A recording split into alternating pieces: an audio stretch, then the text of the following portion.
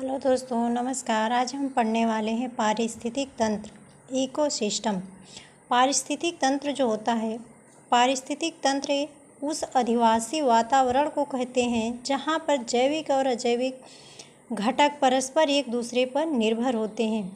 पारिस्थितिक शब्द का जो सर्वप्रथम प्रयोग किया है वह जर्मन के रहने वाले प्राणीशास्त्री वैज्ञानिक अर्नेस्ट हैकल ने 1886 में किया था, जबकि पारिस्थितिक तंत्र शब्द का प्रयोग करने वाले जो थे वह एजी टांसले थे।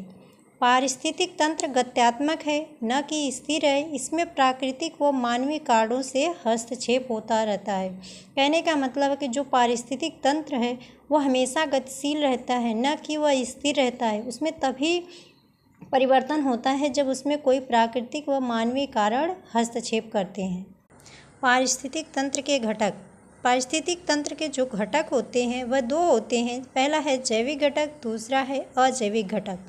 जैविक में आता है उत्पादक, उपभोक्ता, अपघटक, लेकिन अजैविक में आता है मृत कार्बनिक पदार्थ, अकार्बनिक पदार्थ। मृत कार्बनिक पदार्थ में आएगा कार्बोहाइड्रेट, प्रोटीन्स, वसा, ह्यूमस आदि। अकार्बनिक में आता है नाइट्रोजन, जल, ऑक्सीजन, प्रकाश ऊर्जा आदि।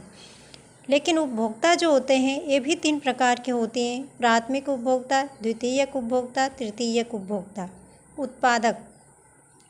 उत्पादक वे होते हैं जो अपना भोजन स्वयं बनाते हैं, जैसे शाक, झाड़ी, पेड़ पौधे, वृक्ष आदि। लेकिन उपभोक्ता वह होते हैं जो अपने भोजन के लिए दूसरे के ऊपर निर्भर रहते हैं, उसे उपभोक्ता कहा जाता है। यह 3 प्रकार के होते हैं, आइए देखते हैं। पहला है शाकाहारी उपभोक्ता। जो उपभोक्ता भोजन के लिए पौधों पर निर्भर रहता है उसे प्राथमिक उपभोक्ता कहते हैं, जैसे गाय, भैंस, बकरी आदि। टिड्डा भी होगा, अन्य चीज़ें आएंगी इसमें।